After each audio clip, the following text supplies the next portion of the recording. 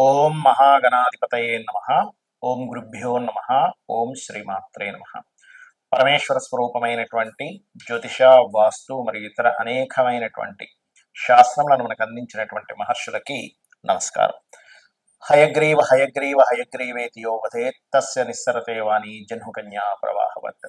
అరుణాం కరుణా తరంగితాక్షీం ధృతపాశాంకుశ పుష్పబాణ చాపాం అనిమాదిభిరావృతాం మయూకైః అహమిత్యేవ విభావయే భవానీ. శ్రీమాత్రే నమః.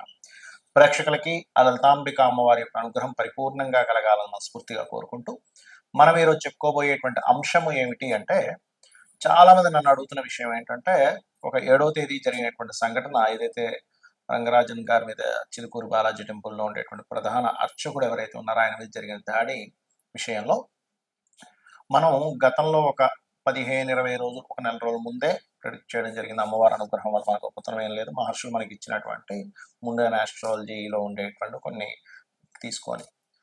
దానికి కారణం ఏమిటంటే, మిథున రాశిలో కుజుడుంటూ మీన రాశిలో ఉన్నటువంటి రాహు. అయితే ఇక్కడ ముఖ్యమైన విషయం ఏంటంటే, చాలా మంది నన్ను అడిగినటువంటి విషయం, దాని తర్వాత మరి 12 రాశుల వారికి కూడా ఈ మిథునంలో కుజుడున్నప్పుడు, మీన రాశిలో రాహు ఉండి శని సమీపిస్తున్నప్పుడు మరి సామాన్య ప్రజానీకానికి ఏ భావం మీద దీని యొక్క ఎఫెక్ట్ ఉంటుంది తెలియజేయండి అని నన్ను చాలా మంది అడిగారు. అడిగినందుకు ఈ వీడియో చేస్తున్నాను. ఒక్కొక్క లగ్నానికి అసలు ఏ ఎఫెక్ట్ పడబోతుంది, ఏ విషయాల్లో జాగ్రత్తగా ఉంటే మనకు ఆ ఎఫెక్ట్ పడకుండా ఉంటుంది, ఎటువంటి పరిహారాలు చేసుకుంటే బాగుంటుంది అనేటువంటి విషయాలు ఇప్పుడు నేను చెప్పబోతున్నాను. అయితే ఈ విషయాలు చెప్తుంది నేనైనప్పటికీ కూడా, కానీ చెప్పేస్తుంది సాక్షాత్ లలిత అమ్మవారిగా భావిస్తూ ఒక్కొక్క లగ్నం గురించి మనం తెలుసుకుందాం. మేషలగ్నము, మేషరాశి. మేషం వారికి 3వ స్థానంలో ఉన్నాడు కుజుడు. గుర్తుపెట్టుకోండి, 3వ స్థానంలో కుజుడు ఉంటూ 12వ స్థానంలో రాహు ఉండి 10వ స్థానంలో శని.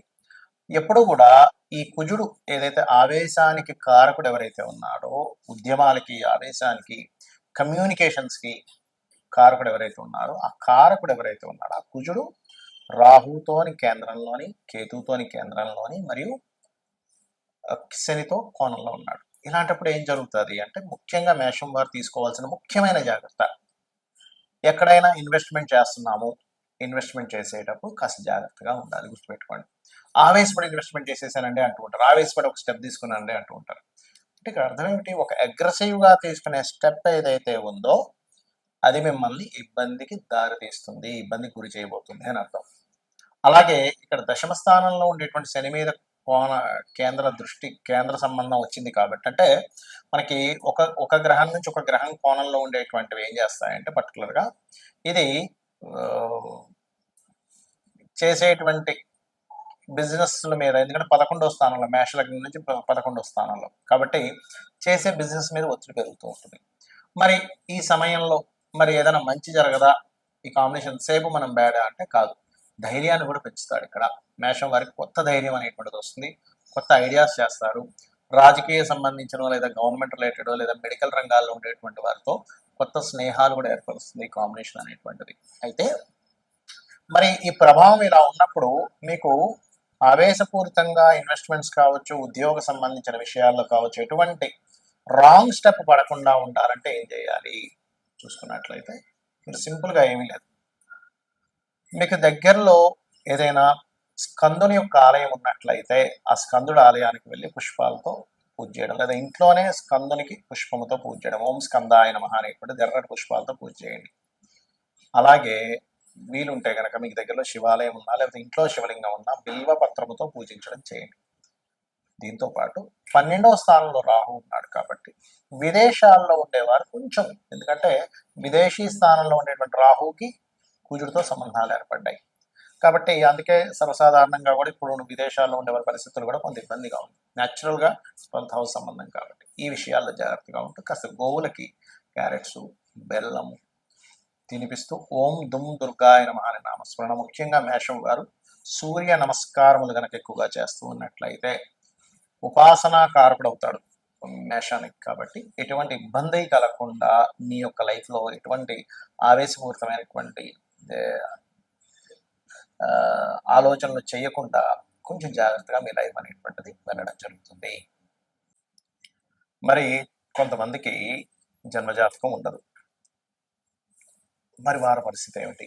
జాతకం లేదండి, మరి మాకు ఎటువంటి వాటి మీద ఎఫెక్ట్ ఉండొచ్చు, యూనివర్సల్గా దేని మీద ఎఫెక్ట్ ఉండొచ్చు అంటే మనం ఆల్రెడీ ఒక నెల రోజుల క్రితం నుంచి చెప్తూ ఉన్నాం. ఏమిటంటే అది ఈ తొక్కిసలాటలు కానివ్వండి, ఎందుకంటే మిథునంలో కూర్చున్నప్పుడు సహజంగా జరుగుతాయి, దాడులు ఎక్కువగా జరుగుతూ ఉంటాయి. దీన్ని ముండేన్ ఆస్ట్రాలజీ అంటారు, మైథుని జ్యోతిష్యము. జన్మజాతకం వేరు, మైథుని జ్యోతిష్యం వేరు. మైథుని జ్యోతిష్యం అంటే దేశం మీద, కాలం మీద ఇది ఎటువంటి ప్రభావం చూపిస్తుంది అనేటువంటి దాన్ని మైథుని జ్యోతిష్యం, ముండేన్ ఆస్ట్రాలజీ అంటారు ఇంగ్లీష్లో. జన్మజాతకం is different, personal chart reading is different. Personal chart లో మీరు పుట్టినప్పుడు ఉన్నటువంటి సమయంలో ఉండే గ్రహాలను బట్టి అవి ఎప్పుడెప్పుడు ఎటువంటి శుభ ఫలితములు ఇస్తున్నాయి, మీరు ఒక పని చేస్తున్నారు, ఎప్పుడు చేస్తే మీకు అద్భుతమైన ఫలితం వస్తుంది, అది వివాహం కానివ్వండి, సంతానం కానివ్వండి, ఆర్ సంథింగ్ బిజినెస్ పెడుతున్నారు కానివ్వండి, లేకపోతే ఒక మంచి పని ప్రారంభిస్తున్నారు, ఒక బిజినెస్ కానివ్వండి, అది ఏ టైంలో ప్రారంభించాలి ఏమిటనేటువంటిది మీ పర్సనల్ చార్ట్ చెప్తే కాలం అనుకూలిస్తుందా లేదా అని చెప్పేది ముండేన్ ఆస్ట్రాలజీ. అయితే ఇక్కడ జన్మజాతకం లేదు, ఇప్పుడు నేనేం చేయాలంటే సింపుల్గా నేను చెప్పేది ఒకటే, ఎప్పుడైనా కానీ ఈ రాహు ప్రభావము, కుజ ప్రభావాలు ఎక్కువగా ఉన్నప్పుడు మీకు దీని యొక్క చెడు ప్రభావం పడకుండా ఉండాలంటే, ఎందుకంటే మనం ఎంత కరెక్ట్గా ఉన్నా సరే కాలం అనుకూలించకపోతే చేసిన ప్రయత్నం అంతా వృధా అవుతుంది. కాబట్టి కాలం అనుకూలించడానికి మీ అందరికీ చెప్పేది ఒకటి, చండీ చేసుకోండి. చండీ పారాయణం వినడం కానీ చదవడం కానీ. ఏమంటే చండీ చేయించుకోవాలంటే ఒక 40-50 వేలు అవ్వాలి, రావాలి కదండి మనకి, అన్ని డబ్బులు అంటే నా దగ్గర లేవంటే ఏమి టెన్షన్ పడకండి. చక్కగా కూర్చొని చండీ వింటూ అమ్మవారి హోమం చేస్తున్నట్టుగా మానసికంగా చేయండి. మీరు అది దగ్గర డబ్బులు లేకపోతే ఎక్కడా కూడా ఏ దేవుడు కానీ ఏ శాస్త్రంలో కానీ నీకు డబ్బు లేకపోయినా నువ్వు అప్పు చేసి చేయాల్సిందే అనేటువంటిది ఎక్కడా లేదు. ఏమంటే నాకు అది వినడము అదంతా నాకు కొంచెం ఇబ్బంది అని అనుకున్నారు ఉదాహరణకి, సరైన ఫోన్ లేదు అనుకోండి ఉదాహరణకి, మీరు ఓం ధుమ్ దుర్గాయ నమః, ఓం స్కందాయ నమః ఈ నామం చేసుకోండి చాలు, ఇంకేం అక్కర్లేదు. ఎందుకంటే ఈ కలియుగంలో నామస్మరణ మనస్ఫూర్తిగా కనుక మనం నామస్మరణ చేయగలిగితే మనల్ని అమ్మవారు రక్షిస్తుంది. ఇది బలంగా మీరు నమ్మాలి. ఎందుకంటే అమ్మ, ఈ ప్రకృతి అంతా ఎవరు అంటే అమ్మవారు. అమ్మవారి స్వరూపంగా ప్రకృతి ఉంది. మీరు అమ్మవారిని కనుక తలుచుకున్నట్లయితే ఖచ్చితంగా 100% రక్షణ చేస్తుంది. మరి ఈ ప్రభావం వల్ల ఇంకా ఎలాంటివి జరగనుంటాయి ఫ్యూచర్లో అంటే ఒకటే చెప్తానండి. ఈ రాహు మీనంలో, కుజుడు మిథునంలో ఉన్నప్పుడు పర్టికులర్గా ఎవరెవరి మీద ఎక్కువ దాడులు ఉంటాయంటే ఈ పురోహితుల మీద, పండితుల మీద, పీఠాధిపతుల మీద, ధర్మం కోసం పోరాడే వారి మీద కూడా ఉంటుంది, గుర్తుపెట్టుకోండి.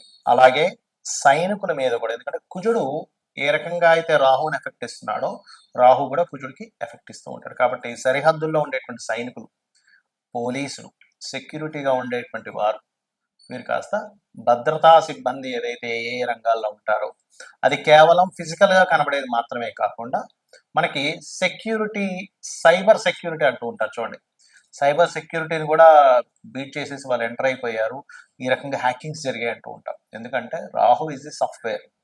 కాబట్టి ఈ సాఫ్ట్వేర్ రిలేటెడ్ సంబంధించింది అండ్ ఈ సెక్యూరిటీ రిలేటెడ్ సంబంధించిన కుజుడికి క్లాషెస్ వస్తున్నటువంటి సమయం ఇదంతా కూడా. కాబట్టి ఇటువంటివి ఏర్పడుతుంటాయి. ముఖ్యంగా మే, జూన్ వరకు కూడా కొంత జాగ్రత్తగా ఉండాలి. బికాజ్ ఆఫ్ మనకి షష్టగ్రహ కూటమి కూడా రాబోతుంది. ఆ షష్టగ్రహ కూటము 15 రోజులు ఉంటే దాని తర్వాత ఆ 2 గ్రహాలు శని, రాహులు ఇంకో 2 నెలలు అక్కడ ఉంటాయి. కాబట్టి ఏప్రిల్, మే ఈ 2 months కూడా కాస్త జాగ్రత్తగా ఉండాలి. అది ఒకటే కాకుండా శని మీన రాశిలో సంచరిస్తున్నటువంటి 2.5 సంవత్సరాలు, నేను మీకు గతంలో ఒక 3 ఏళ్ల క్రితం కూడా చెప్పాను, శని మేషం వైపు తన ప్రయాణం జరుగుతుంది, మకరంలో ఉండగానే చెప్పాను. కుంభము, దాని తర్వాత మీనము, దాని తర్వాత మేషంలోకి వెళ్తూ ఉన్నాడు. శని కర్మకారకుడు. ఇది మనకి ఒక విషయాన్ని నేర్పిస్తుంది. మన విదేశాల్లో ఉద్యోగాలు, విదేశాల్లో ఉండేవారు పాపం కొన్ని లక్షలు కోట్లు ఖర్చు పెట్టి అక్కడ ఉండి మళ్ళీ వెనక్కి రావడం ఎన్ని బాధలు పడుతున్నారు. కాబట్టి ఒకటే చెప్తానండి, గుర్తుపెట్టుకోండి. సొంతంగా మనం ఏం చేసుకోగలం, ఒక దాని మీద ఆధారపడకుండా సైడ్గా మనం ఏం చేయగలము, ఓన్గా మనం ఏదైనా ఒక వృత్తిని నేర్చుకోవడం, ఏదైనా ఒక నేర్చుకుంటూ మనకు దాని ద్వారా ఎవరి మీద ఆధారపడకుండా కేవలం ఒక చిన్న చిన్న బిజినెస్లో మనకి దేనికి పనికి వస్తుంది ఏంటి, అది ఏ గ్రహం ఇస్తుంది. సన్ అయితే ఆరోగ్యం, చంద్రుడైతే ట్రాన్స్పోర్టింగ్ అండ్ ఫుడ్, కుజుడైతే ఏదైనా సెక్యూరిటీ రిలేటెడ్, బుధుడైతే ఏదైనా technical related or anything planning related, గురువు అయితే ఎవరికైనా నేర్పడం, శుక్రుడైతే ఏదైనా కళా సంబంధంగా, శని అయితే ఏదైనా వర్కింగ్ మనకి సప్లై చేస్తూ ఉంటారు లేబర్స్ని, అలా జాబ్ కన్సల్టెన్సీస్, రాహు అయితే ఎనీ సాఫ్ట్వేర్, కేతు అయితే ఎనీ స్పిరిచువల్ రిలేటెడ్, గురు కేతువులు అయితే ఎనీ స్పిరిచువల్ రిలేటెడ్. సో ఇట్లా మీకు ధనాధిపతి ఎవరిస్తున్నారు చూసుకొని చక్కగా మీ యొక్క జీవితాన్ని మీ చేతుల్లో ఉండేలా చూసుకోండి. ఎవరి చేతుల్లోనో పెట్టుకొని అది పోతుందేమో అని బాధపడుతూ అవసరం లేదు. కాబట్టి మీరు జాబ్ చేస్తూ దీన్ని డెవలప్ చేసుకోండి. శని మేషంలోకి వెళ్తాడు నెక్స్ట్ ఇంకో 2.5 సంవత్సరాల తర్వాత.